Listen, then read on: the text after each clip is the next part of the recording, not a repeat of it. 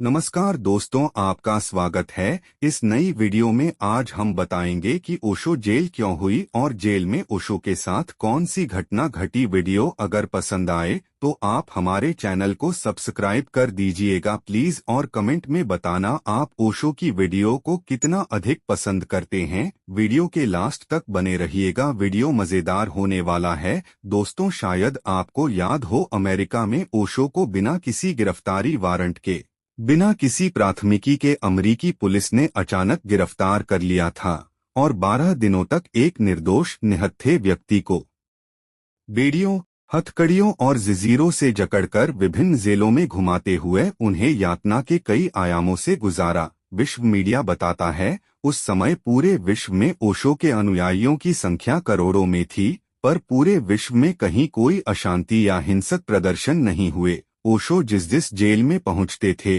वहां सुबह सुबह आदमियों की भीड़ नहीं बल्कि फूलों से लदे हुए ट्रक पहुंच जाते थे। ओक्लाहोमा जेल के जेलर ने अपनी आत्मकथा में लिखा है, मैं सेवानिवृत्ति के करीब था। मैंने बहुत कैदियों को अपनी जेलों में आते जाते देखा है, पर जब यह शख्स ओशो मेरी जेल में आया तो मैंने महसूस किया और देखा कि मेरी जेल एक चर्च के रूप में बदल गई थी। पूरी जेल फूलों से भर गई थी, कोई जगह खाली नहीं थी। तब मैं खुद उस शख्स के पास गया और अनायास ही मेरी आंखों से अश्रु बहने लगे। मैं समझ नहीं पा रहा था और भरे गले से मैंने उनसे पूछा कि आप ही बताइए, इन फूलों का मैं क्या करूं। ओशो ने मेरी तरफ प्रेमपूर्ण दृष्टि डाली और बोले, इन फूलों को पूरे शहर से स्कूलों और कॉलेजों में भिजवा दिया जाए। ये मेरी तरफ से उस विद्यार्थियों को भेंट है जो अभी शिक्षा ग्रहण कर रहे हैं। जब ओशो को जेल से अदालत लाया जाता था, तब उनके लाखों अनुयायी नगर वासियों को फूल भेंट करते थे और शांतिपूर्ण ढंग से प्रतीक्षारत रहते कि कब ओशो कोर्ट से बाहर आएंगे। जब ओशो कोर्ट से गुजर जाते तो कोर्ट से लेकर जेल तक की सड़क फूलों से पटी होती थी। पूरे संसार से कहीं ऐसी कोई खबर नहीं थी कि ओशो के किसी अनुयायी ने कोई उग्र प्रदर्शन, आचरण किया या उग्र वक्तव्य दिया हो। जब भी कोई उनसे ओशो के संबंध में कुछ पूछता तो आंखों में आंसुओं के साथ यही कहते, प्रकृति कुछ प्रयोग कर रही है।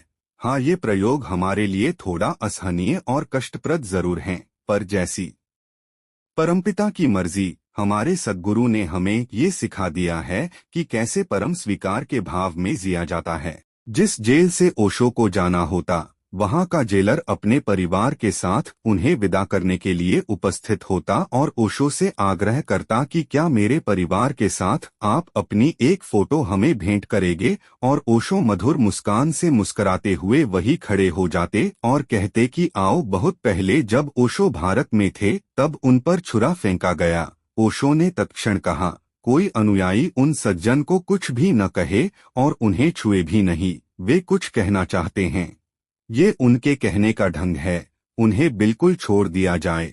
फिर अगले दिन ओशो ने प्रवचन के मध्य कहा, मैं यह देखकर आनंदित हूं कि तुम में से किसी ने उन सज्जन को कोई चोट नहीं पहुंचाई, बल्कि प्रेम से उन्हें बाहर जाने दिया गया। यही मेरी शिक्षा है। कल कोई मेरी हत्या का भी प्रयास करे या जान भी ले ले, लेकिन तुम उन्हें प्रेम ही देना। सच्चे सद्गुरु की शिक्षा और दीक्षा उनके अनुयायियों में परिलक्षित होती है।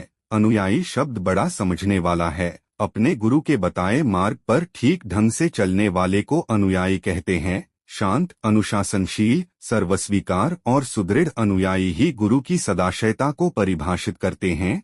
साथ ही स्मरण रखने योग्य तथ्य यह भी है कि जीवन के प्रत्येक क्षेत्र में अपने अनुयायियों, अपने को प्रेम करने वालों पक्षधरों की मानसिकता का निर्माण करने का गुरुतर दायित्व अग्रगामी आदर्श का होता है। वीडियो अगर अच्छी लगी तो आप हमारे चैनल को सब्सक्राइब कीजिए और कमेंट में बताना कि ओशो को भगवान की संज्ञा दी जा सकती है या नहीं। वीडियो देखने के लिए आपका बहुत बहुत धन्यवाद।